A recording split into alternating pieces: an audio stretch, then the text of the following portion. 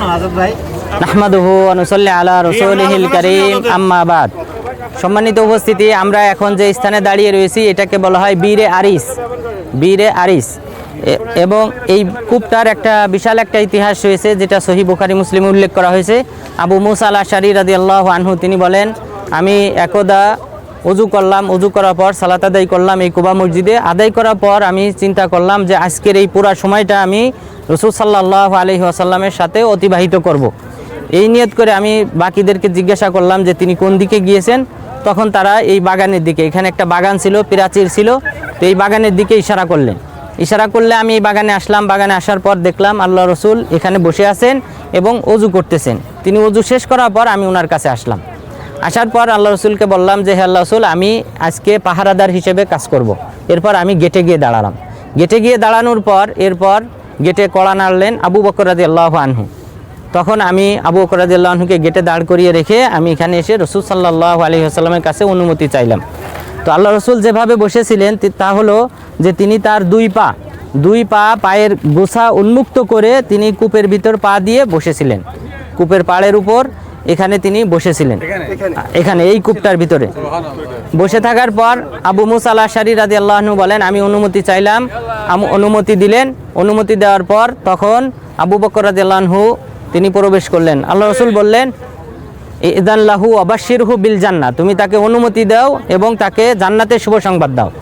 তো অনুমতি নিয়ে আবু বকর রাদিয়াল্লাহু আনহু আসলেন। তিনি এসে রাসূল সাল্লাল্লাহু আলাইহি ওয়াসাল্লামের হাতের ডান পাশে তিনিও কূপের ভিতর তার দুই পা উন্মুক্ত করে, গোছা উন্মুক্ত করে খুলে তিনিও বসলেন। বসার পর এরপর কিছুক্ষণ পর ওমর রাদিয়াল্লাহু আনহু তিনি কড়া নাড়লেন। ওমর রাদিয়াল্লাহু আনহুর জন্য অনুমতি নিতে আসলেন আবু মুসা আল আশআরী। রাসূল সাল্লাল্লাহু আলাইহি ওয়াসাল্লাম তাকে বললেন, ইযান লাহু ওয়াবাশশিরহু বিল জান্নাহ, তুমি তাকে অনুমতি দাও এবং তাকে জান্নাতের শুভ সংবাদ দান করো। তখন ওমর রাদিয়াল্লাহু আনহু আসলেন। আসার পর রাসূল সাল্লাল্লাহু আলাইহি ওয়াসাল্লামের হাতের বাম পাশে কূপের ভিতর পা দিয়ে ওই অনুরূপভাবে তিনি বসলেন। বসার পর এরপর ওসমান বিন আফফান রাদিয়াল্লাহু আনহু অনুমতি চাইলেন। রাসূল সাল্লাল্লাহু আলাইহি ওয়াসাল্লাম বললেন, ইযান লাহু ওয়াবাশশিরহু বিল জান্নাহ আলা বালওয়া তুসিবহু, তুমি তাকে জান্নাতের শুভ সংবাদ দান করো, তবে বালা মুসিবতের উপর। তিনি অনেক বালা মুসিবতের সম্মুখীন হবেন, এরপর তিনি জান্নাতি হবেন, আর তুমি তাকে কূপে এখানে প্রবেশ করার অনুমতি দাও। তখন ওসমান বিন আফফান রাদিয়াল্লাহু আনহু আসলেন। আসার পর কূপটা ছোট হওয়ার কারণে, তিনজন বসার কারণে চতুর্থজন বসার মতো জায়গা ছিল না। তখন তিনি রাসূল সাল্লাল্লাহু আলাইহি ওয়াসাল্লামের সামনে বরাবর কূপের বাহিরে তিনি বসলেন। বসার পর এই হাদিস থেকে সাঈদ ইবনুল মুসাইয়িব রাহিমাহুল্লাহ, যিনি হলেন তাবিঈদের মধ্যে সবচেয়ে বেশি জ্ঞানী, অর্থাৎ তাকে তাবিঈদের শ্রেষ্ঠ বলা হয় জ্ঞানের দিক থেকে, অর্থাৎ ফজিলতের দিক থেকে না, জ্ঞানের দিক থেকে তিনি ছিলেন শ্রেষ্ঠ। তিনি বলেছেন, এই হাদিস থেকে আমি তাবিল করেছি, ব্যাখ্যা গ্রহণ করেছি যে এই দুইজনের কবর রাসূল সাল্লাল্লাহু আলাইহি ওয়াসাল্লামের কবরের সাথে হবে, এবং সেটাই হয়েছে। আবু বকর রাদিয়াল্লাহু আনহু এবং ওমর রাদিয়াল্লাহু আনহু ওনাদের কবর কিন্তু আপনারা মসজিদে নববীতে যখন জিয়ারত করতে যান তখন দেখেছেন পাশাপাশি।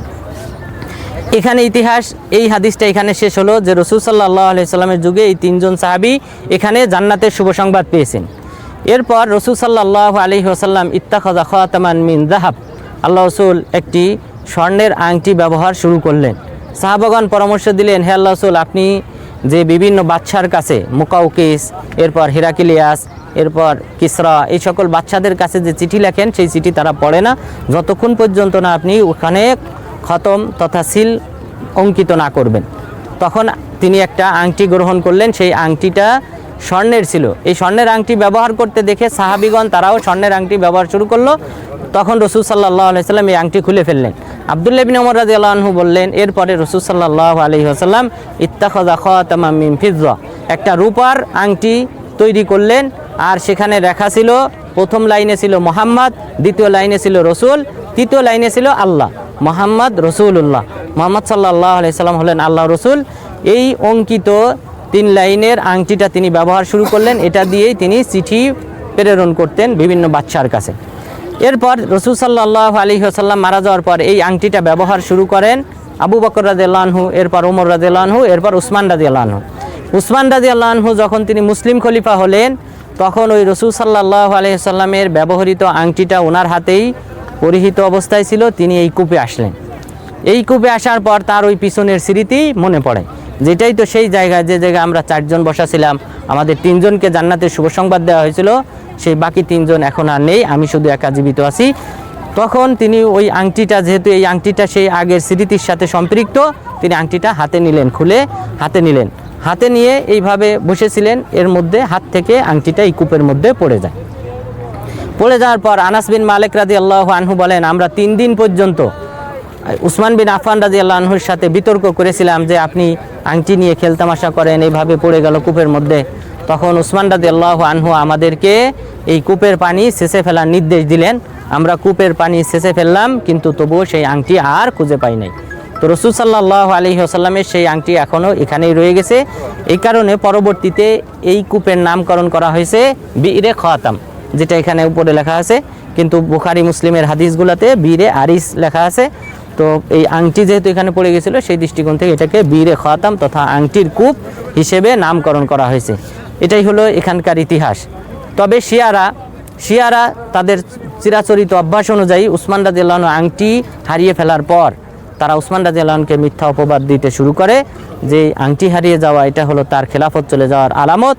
এইভাবে তারা নানান ধরনের প্রচার প্রসারণা শুরু করে, কিন্তু এখানে উসমান রাদিয়াল্লাহু আনহু নির্দোষ ছিলেন।